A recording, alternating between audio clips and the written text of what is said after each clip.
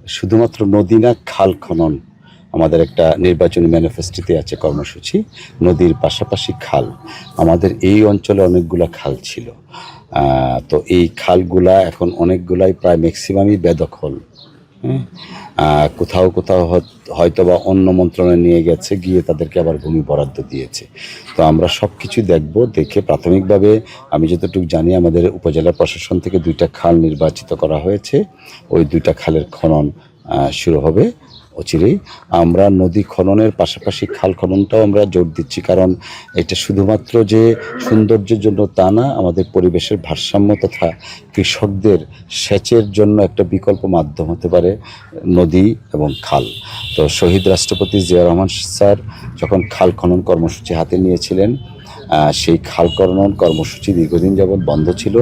আমাদের মাননীয় প্রধানমন্ত্রী তিনি দলের চেয়ারম্যান হিসেবে নির্বাচনী ইশতেহারেও ছিল, এবং প্রধানমন্ত্রী হওয়ার শপথ নেওয়ার পরে তিনি সর্বাধিক গুরুত্ব দিয়েছেন খাল খনন, কৃষক কার্ড এবং ফ্যামিলি কার্ডের বিষয়ে। সো প্রত্যেকটা জিনিসেই আমরা সাইমালটেনিয়াসলি চালিয়ে যাচ্ছি এবং চালিয়ে যাব। আশা করছি ইনশাল্লাহ এটা সুফল জনগণ খুব সহসায় ভোগ করবেন। আর তারপরে ছিল ভূমি সংক্রান্ত, ভূমি মন্ত্রণালয় সংক্রান্ত আমাদের যে গতকালকে একটা আপনারা দেখাচ্ছেন মিডিয়াতে এসছে যে নামজারি খরচ টরচ সব সহ কত টাকা লাগে।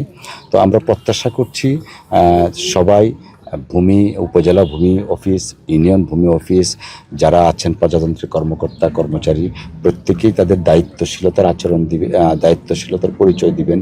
পাশাপাশি যে কোনো ধরনের দুর্নীতির বিরুদ্ধে আমাদের জিরো টলারেন্স এবং ট্রান্সপারেন্সিটা বজায় থাকবে। সেই প্রেক্ষিতে আমি ভূমি মন্ত্রণালয়ের দায়িত্বে থাকা প্রতিমন্ত্রী হিসাবে আমি অনুরোধ জানাবো প্রত্যেককেই। ইট ইজ আমার মনে হয় একটা কলের মতো আমরা দিচ্ছি যে সবাই সচেতন হন, সতর্ক হন।